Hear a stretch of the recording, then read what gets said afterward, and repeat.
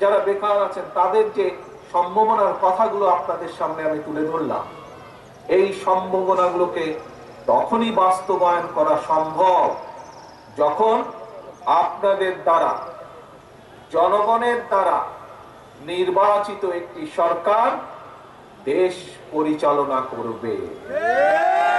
জনগণের সরকারই একমাত্র জনগণের কথা চিন্তা করে, জনগণের সরকারই একমাত্র জনগণের জন্য কাজ করে। দেশনেত্রী খালেদা জিয়ার সরকার জনগণের সরকার ছিল বলেই মা বোনদের শিক্ষা ব্যবস্থা সম্পূর্ণ বিনামূল্যে করা হয়েছিল। প্রিয় ভাই বোনেরা, শহীদ রাষ্ট্রপতি জিয়াউর রহমানের সরকার জনগণের সরকার ছিল বলেই সেই সময় শহীদ রাষ্ট্রপতি জিয়াউর রহমানের সময় কৃষকের সেচ সুবিধার জন্য সারা দেশে খাল খনন করা হয়েছিল।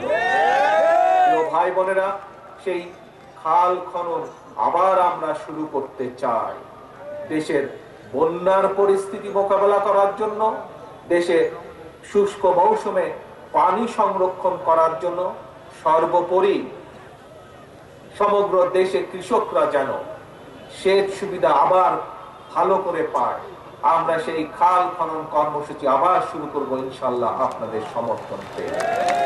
ভাই বোনেরা, যে কথাটি বলছিলাম আপনাদের সামনে, জনগণের জন্য, এলাকার মানুষের জন্য, সর্বোপরি বাংলাদেশের মানুষের জন্য যদি কাজ করতে হয়, তাদেরকে যদি এই সম্ভাবনার দিকে নিয়ে যেতে হয়, এই সম্ভাবনার দ্বারগুলো যদি খুলে দিতে হয়, তাহলে প্রিয় ভাই বোনেরা কথা একটি, কি সেই কথা? জনগণের সরকার দরকার।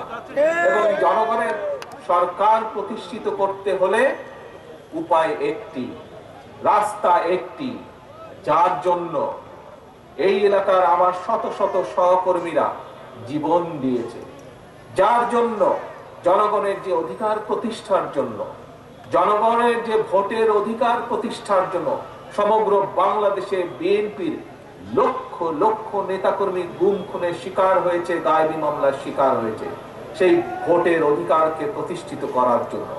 প্রিয় ভাই বোনেরা, জনগণের আন্দোলনে, জনতার অভ্যুত্থানে স্বৈরাচারের পতন ঠিকই হয়েছে, কিন্তু এখনো আমাদের কাঙ্ক্ষিত লক্ষ্য অর্থাৎ জনগণের যে রাজনৈতিক অধিকার সেটি এখনো অর্জিত হয়নি। কাজেই আমাদের আন্দোলন শেষ হয়ে যায়নি। যতক্ষণ পর্যন্ত জনগণের ভোটের অধিকার, কথা বলার অধিকার প্রতিষ্ঠিত না হবে, ততক্ষণ পর্যন্ত বিএনপির আন্দোলন অব্যাহত থাকবে।